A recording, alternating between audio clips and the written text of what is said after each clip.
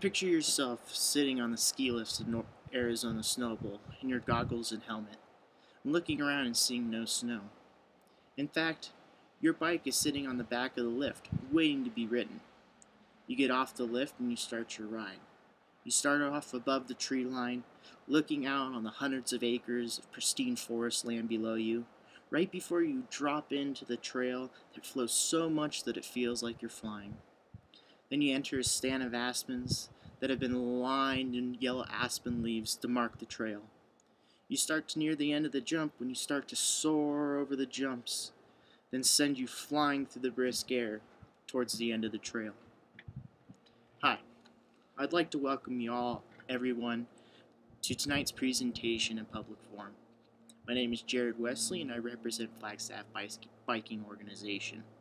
I'm a local rider, bike shop employee, and bicycle advocate. Tonight I will be talking about building one of the country's best mountain biking skills parks right here in northern Arizona. Specifically talking about locating it on Arizona Snowbowl's 777 acres of skiable land and its potentially positive economic impacts for both Arizona Snowbowl and the city of Flagstaff. As of now, the future plans for the park would include a black diamond level downhill course, World Cup level downhill course, a bicycle skills park, cross-country trails, jump trails, a pump track, slalom track, and many, many more features. The conflict between downhill riders and other recreationalists on Mount Eldon has been getting increasingly worse. Whether or not it's on the trail systems or the time spent in the truck driving up Eldon Lookout Road, downhill bikers are the bad seeds of our community in the minds of some concerned recreationalists. Why though?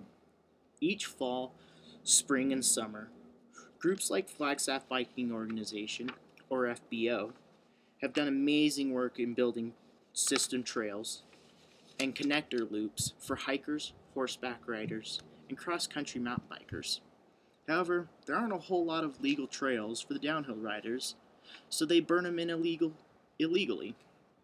This practice is unsustainable to the environment both on the trails and in the amount of traffic driving up on the narrow road that eventually turns to dirt.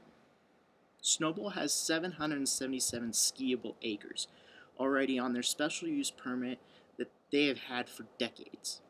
While the park will not use all 777 acres of land, this will give the builders plenty of opportunities to build exactly what the cycling community of Flagstaff wants.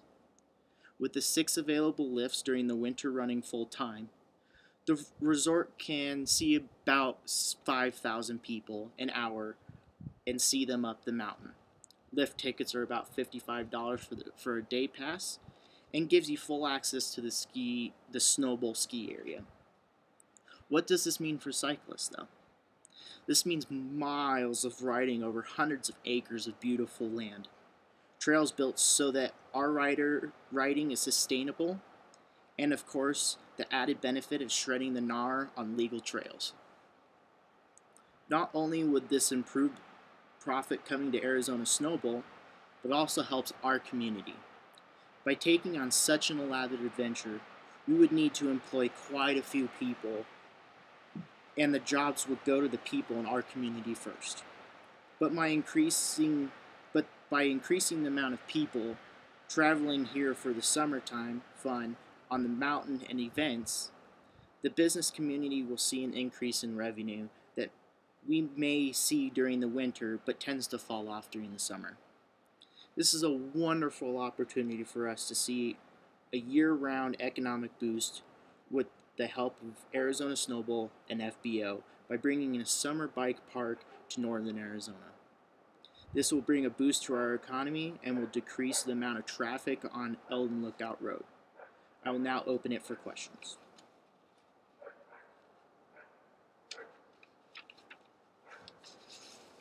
I'd like to thank everyone for coming out to my presentation, and we'll see you soon.